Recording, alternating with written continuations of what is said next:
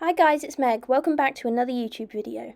If you saw my last video, you will have seen that we started a basic bullet journal setup for beginners so that anyone who is new to bullet journaling or maybe wants a hand with creating spreads for the upcoming months could follow along these tutorials and have a simple setup ready for August.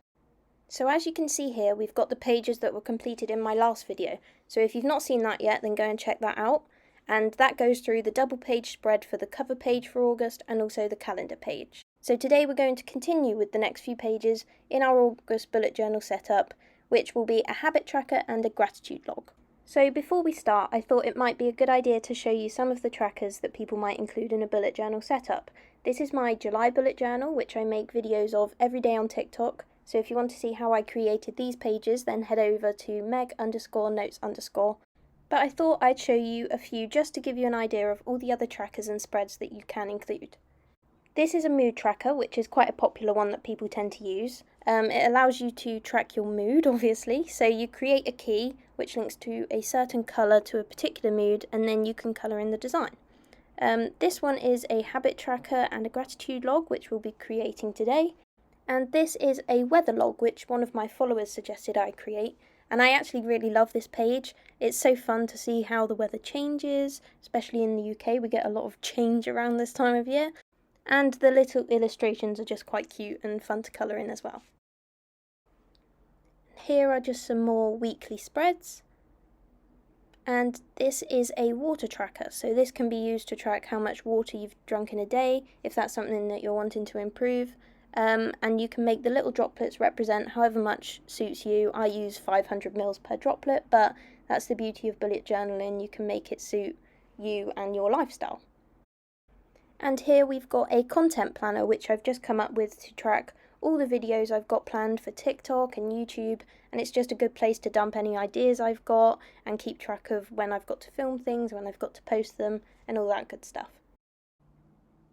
And this was a spread that I created for my graduation to celebrate the fact that I'd finished university. I did a law degree, and I found out on the 12th of July that I got a first class honours, so I wanted to create a cute little spread just to commemorate my time at university and something that I would be able to look back on in the future.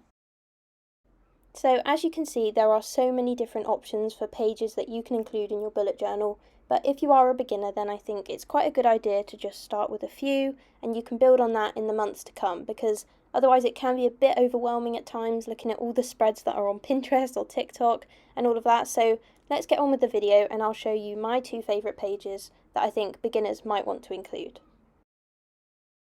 So we're going to start with the habit tracker on the left hand side of the page. So you want to make sure you flattened out the middle of the spine and maybe clip the pages just so they're not moving as you draw on them. But as always, starting in pencil, and here I'm just drawing out a few miniature monthly overviews to represent the days of the month, and there is one for each habit that you're wanting to track. It can look a little bit confusing until it's all started to come together, but these shapes are to represent the days of the month, and they should look the same as the calendar layout for that month.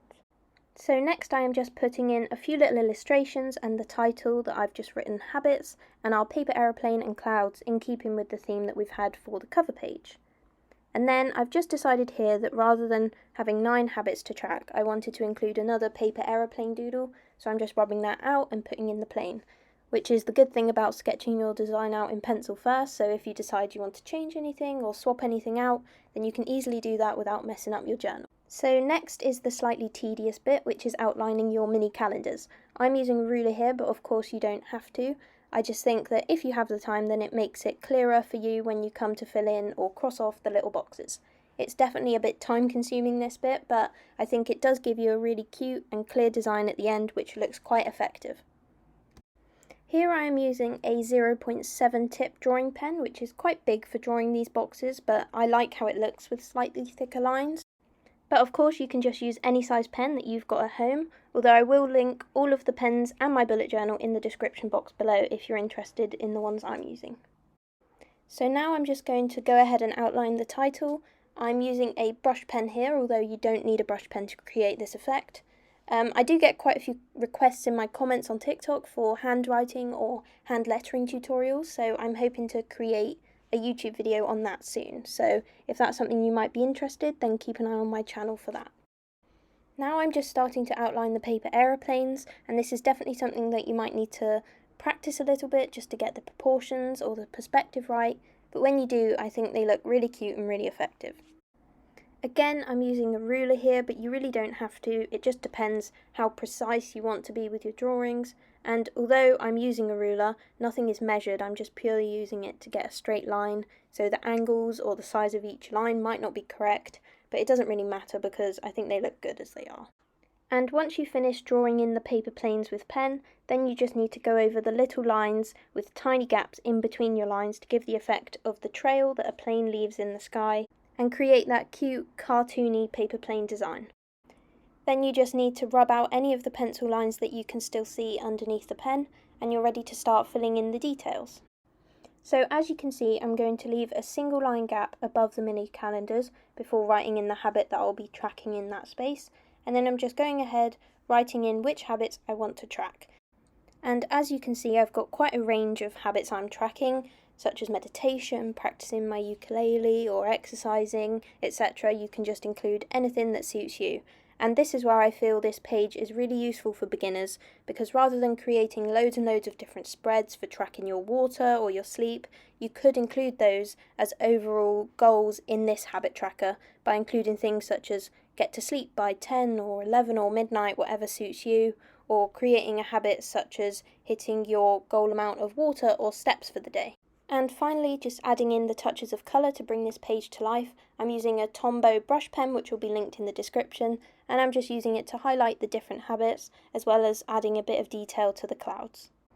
So now we're moving on to the right-hand page, and this will be for the gratitude log. This is again a page that I feel that beginners might benefit from because firstly, it's very simple to set up, it's a lot quicker than the habit tracker page, but also it's a really positive way to journal. You use it for writing down a highlight or something you were grateful for each day, and it's something that's also really nice to look back on if ever you're flicking through your journal in the future. So I've started just by putting the numbers for the days of the month down the left-hand side, just one line per day, and then I'm adding in a few illustrations with a cloud in the bottom right-hand corner, and then I'll briefly sketch in my title, which will be Gratitude Log, just to make sure it all fits before I start writing over the top in pen. And finally, I'm just using my blue pen again, just to highlight every other line, so it helps to differentiate between the dates, and it looks nice. I didn't use a ruler for this, although I'm now kind of wishing I had, because my lines were just terrible on this day, so I'm sorry about that. Hopefully yours go a bit better than mine. But that's the pages complete, so I hope you enjoyed this video, and I hope your lines aren't as wobbly as mine. I hope this video has been useful, and if you did like it, then be sure to like and subscribe, and I look forward to seeing you in the next one.